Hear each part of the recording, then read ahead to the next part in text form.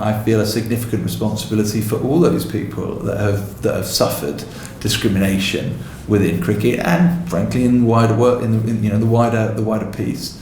It's our responsibility to try and fix as many of those problems as we can. Neil Varani asks, what tangible efforts have been made or will be made to enact ICEC recommendations in the next few years? Yeah, the way that the ICEC report was issued really helps us on that, because although there were 40-odd main questions, that broke down into about 140 issues that needed to be dealt with and recommendations. So that allows us to get into that detail in a really granular fashion, and that's the intent.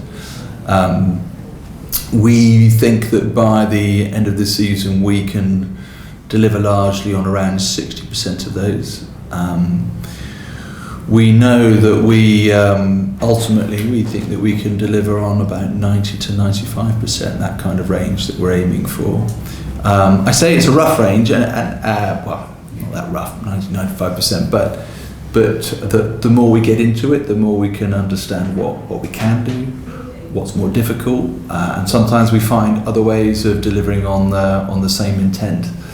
And of course we appeared at a parliamentary subcommittee a couple of months ago. They issued their report last week, a couple of weeks ago, and one of the elements that they wanted was us to provide feedback on an issue by issue basis, and we'll do that because we think it's in the best interests of the game if we can be fully transparent on the progress that we're going to deliver, and those areas which may be more difficult.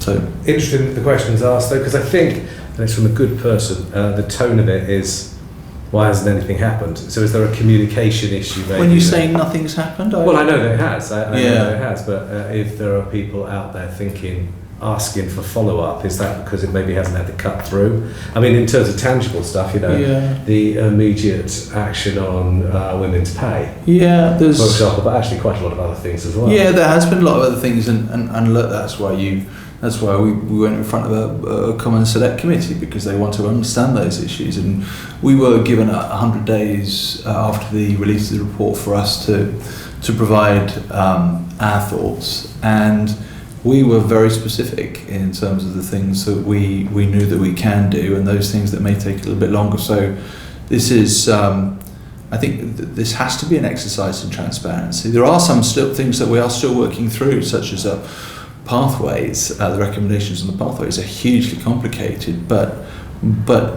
this is a great opportunity for us to try and win back trust in people that haven't trusted either us as a game or the ECB. So we're not going to throw away the opportunity to win trust back.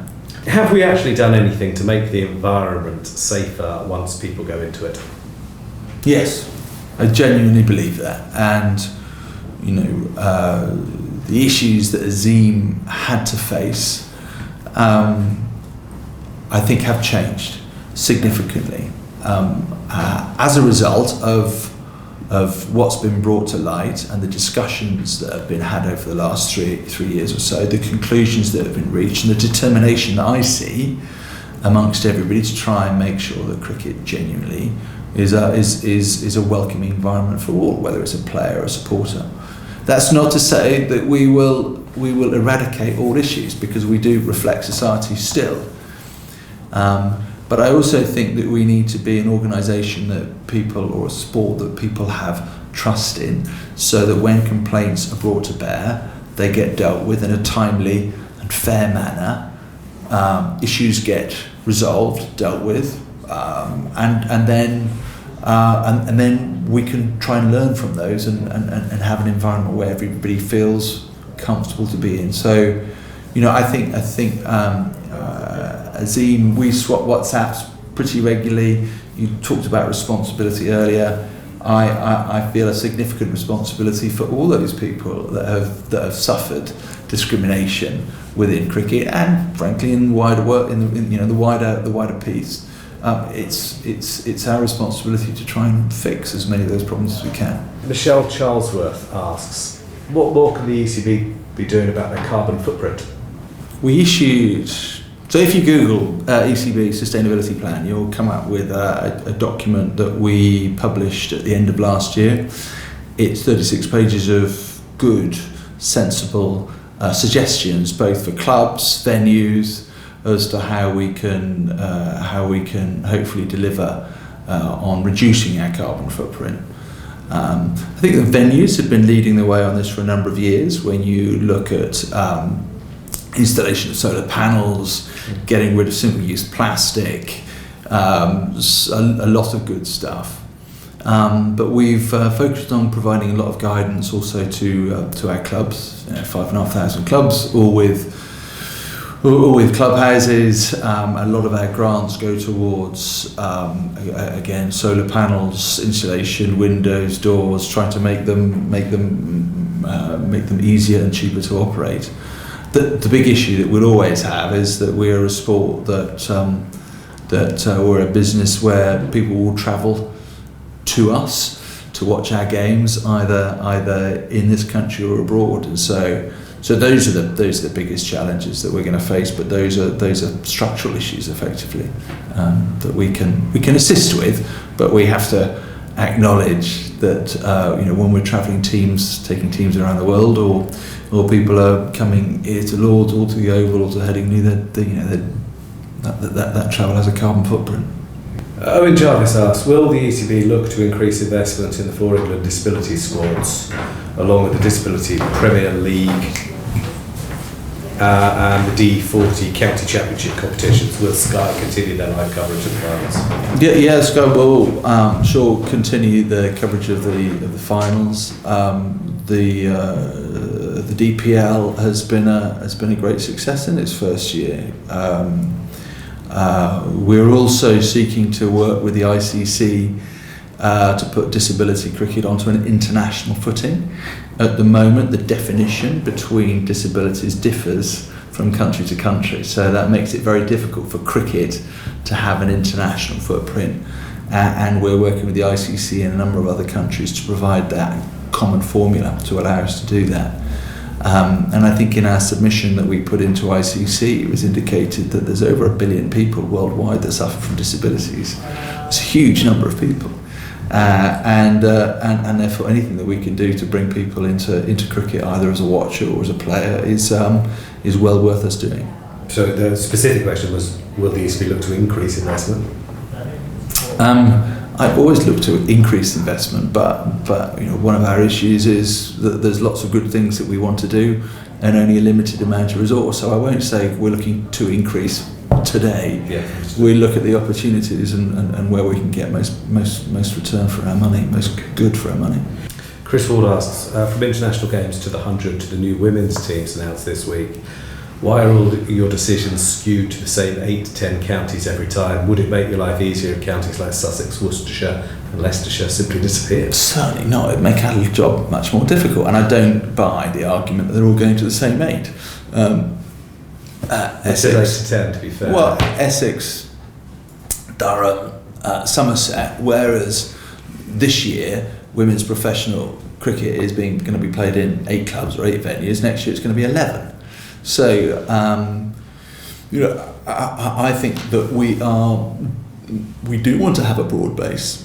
It's really important. I think one of the stats that I've been using recently, when you look at the number of England qualified players that have played in global tournaments around the world, the number is 75 English qualified players played in the last 12 months. The closest that any other country got to that was Pakistan with 45. We are producing more higher quality players both in the men's game, and we will be shortly within the women's game as well, than any other country. That's a great opportunity for us, not just to move the game forward but also to defend our position, because that means that when perhaps some of our top talent may get tempted away to go and play in other competitions, we've got others coming through. So I think our stable of talent is really important to us, which is why having at least 18 professional clubs is a really strong thing for us. Nathan Ingleston, and among others, asked, why did the most successful counties in women's cricket history, which I think are Sussex, Kent and Yorkshire, not well, it says not get considered. Of course, they were considered, but not get immediate Tier 1 status if there were 14 strong cases, for example, one or 14 teams. Yeah, and just as to add on to that, will the producing counties, so Kent are going to lose their players, for example, you would think Sussex will lose their players in the immediate term. Will the producing counties be reimbursed? So we had 16 bids for Tier 1, and actually the two clubs that didn't bid, that don't for one moment think that they don't have a priority on women's cricket. I know they do, but I think they just looked at what was going on with them and the competitive nature and decided to focus elsewhere. But those Tier 1 teams that were allocated, it was a competitive process. We know, when I look at Sussex and Kent and the history, it's a very, very impressive history. But the exam question here is who and where are we best suited to accelerate the professionalisation of the women's game? How do we get both talent pool, ticket sales, media interest, facilities? Where are we best placed to accelerate the rate forward of the women's game? And that was the exam question that we're looking at. We do intend to have more than 8 teams, as we made it clear, and we said that we would like to grow to 2029 we'd like to grow to 12 by 2029. But there's a number of factors within that restrict the pace of movement. For example, the talent pool.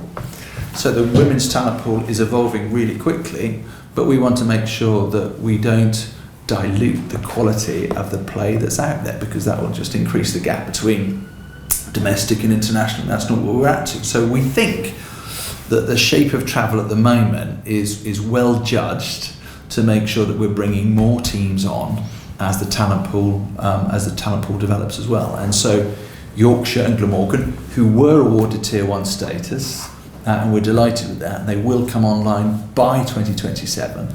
Part of the investment has gone in to make sure that they've got Tier 1 talent pools as well. Okay, and the producing counties reimbursement? One of the issues that we need to seek to deliver is that we have a commercial, professional, sustainable model for men's cricket and women's cricket. And at the moment, there isn't revenue that necessarily can be associated with what we're talking about here. Unlike, for example, in the men's game, if a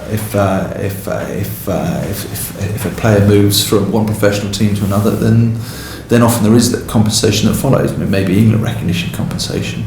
I would love that to happen. That's our aim. But the first thing we've got to do is sell tickets, sell broadcast deals, sell sponsorships. So we're not there yet. No, we're not there yet. That's an aspiration, yeah. Yeah, absolutely.